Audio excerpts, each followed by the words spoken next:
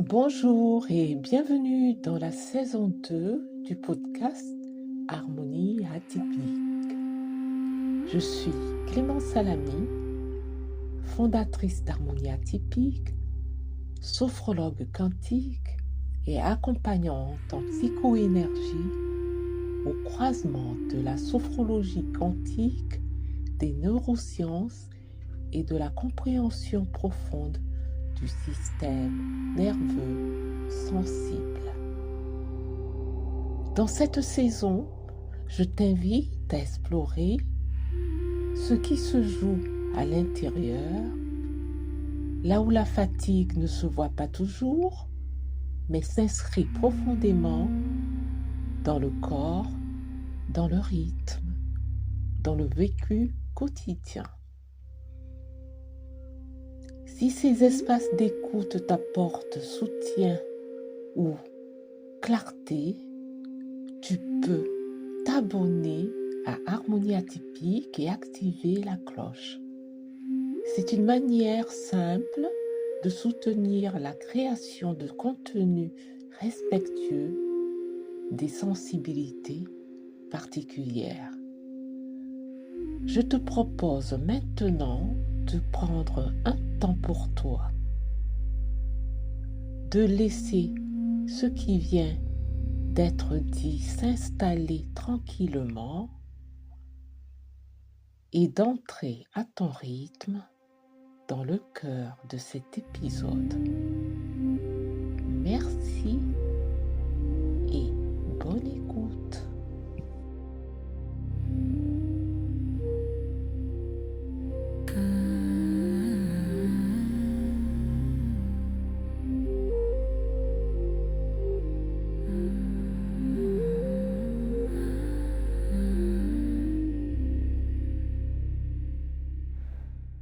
Pourquoi il y a de plus en plus de personnes sensibles aujourd'hui?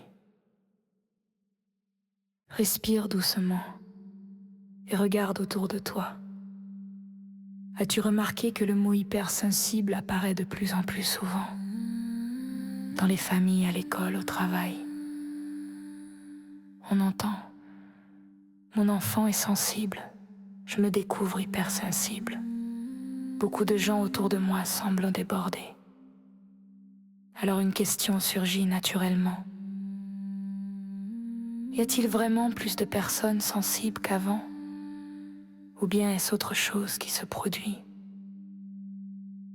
Aujourd'hui, nous allons explorer une hypothèse fascinante et profondément libératrice. Peut-être que les êtres humains ne deviennent pas plus sensibles.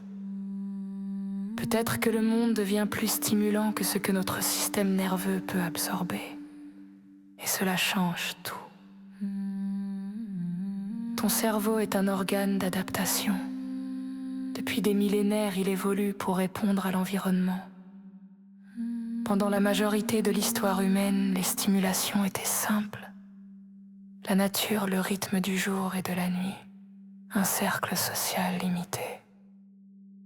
Aujourd'hui, notifications permanentes, écrans lumineux, flux d'informations, continu brut urbain, pression de performance, comparaison sociale mondiale. Ton système nerveux n'a jamais connu cela auparavant. Les chercheurs parlent d'une chose très claire. Nous vivons une hyperstimulation chronique. Cela signifie que les mécanismes d'alerte sont sollicités en permanence, même sans danger réel. Chaque mail, chaque message, chaque changement d'actualité active le cerveau. Résultat, le seuil de saturation descend. Plus vite, plus souvent, et les profils sensibles avec leur radar plus fin ressentent cette surcharge en premier. Ce ne sont pas eux qui sont excessifs, ce sont eux qui détectent le trop-plein du système collectif. Ils sont les thermomètres. Il y a 30 ans, on pouvait rentrer chez soi et couper. Aujourd'hui, le monde rentre avec nous, dans le téléphone, dans les réseaux, dans les attentes. Le cerveau, lui, ne connaît pas le bouton off. Alors l'état d'activation devient quasi continu. Fatigue, irritabilité, trouble du sommeil, besoin de s'isoler, pas pathologique, adaptatif. Ton organisme essaye de survivre à un niveau de stimulation inédit dans l'histoire humaine. Et il y a plus. La société moderne valorise la rapidité, la productivité, la performance visible. Mais les systèmes nerveux sensibles fonctionnent différemment.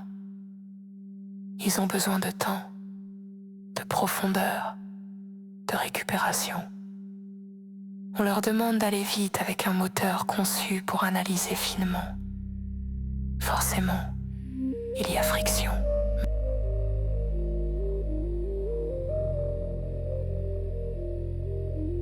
Alors beaucoup de personnes sensibles grandissent en pensant qu'elles ne sont pas adaptées.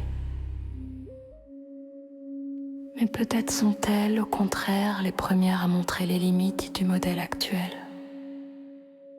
Les études en psychologie environnementale montrent que le bruit, la densité urbaine, la surcharge visuelle augmentent significativement le stress basal. Même quand on pense s'y habituer, le corps ne s'habitue pas. Il encaisse. Et chez les profils sensibles, la facture arrive plus tôt. Mais voici une idée révolutionnaire. Et si la montée de la sensibilité était aussi un mouvement d'évolution? Plus de conscience émotionnelle, plus d'empathie, plus de besoin d'authenticité. Peut-être que le système humain réclame un autre rythme. Et ceux qui souffrent en premier sont ceux qui perçoivent le plus finement. Autrement dit, les personnes sensibles ne sont pas défaillantes. Elles sont avant-gardistes. Elles signalent que quelque chose doit changer. Dans l'éducation, dans le travail, dans la manière de vivre ensemble, le cerveau humain apprend encore à naviguer dans cette ère numérique. Mais il a besoin de nouvelles compétences, régulation, limites, hygiène attentionnelle, moment de récupération réel. Sans cela, l'épuisement devient la norme. Alors si aujourd'hui tu te reconnais dans cette sensibilité, ce n'est peut-être pas que tu es de trop, c'est peut-être que tu ressens trop tôt ce que beaucoup découvriront plus tard. Et cela te donne une mission précieuse, apprendre à créer de la sécurité dans un monde rapide, apprendre à ralentir dans une culture d'urgence, apprendre à respecter ton système pour ne pas te perdre. Respire. Tu n'es pas anormal. Tu es un être humain dans une époque exigeante. Et plus tu comprendras cette réalité, plus tu pourras cesser de te juger pour commencer à t'adapter intelligemment.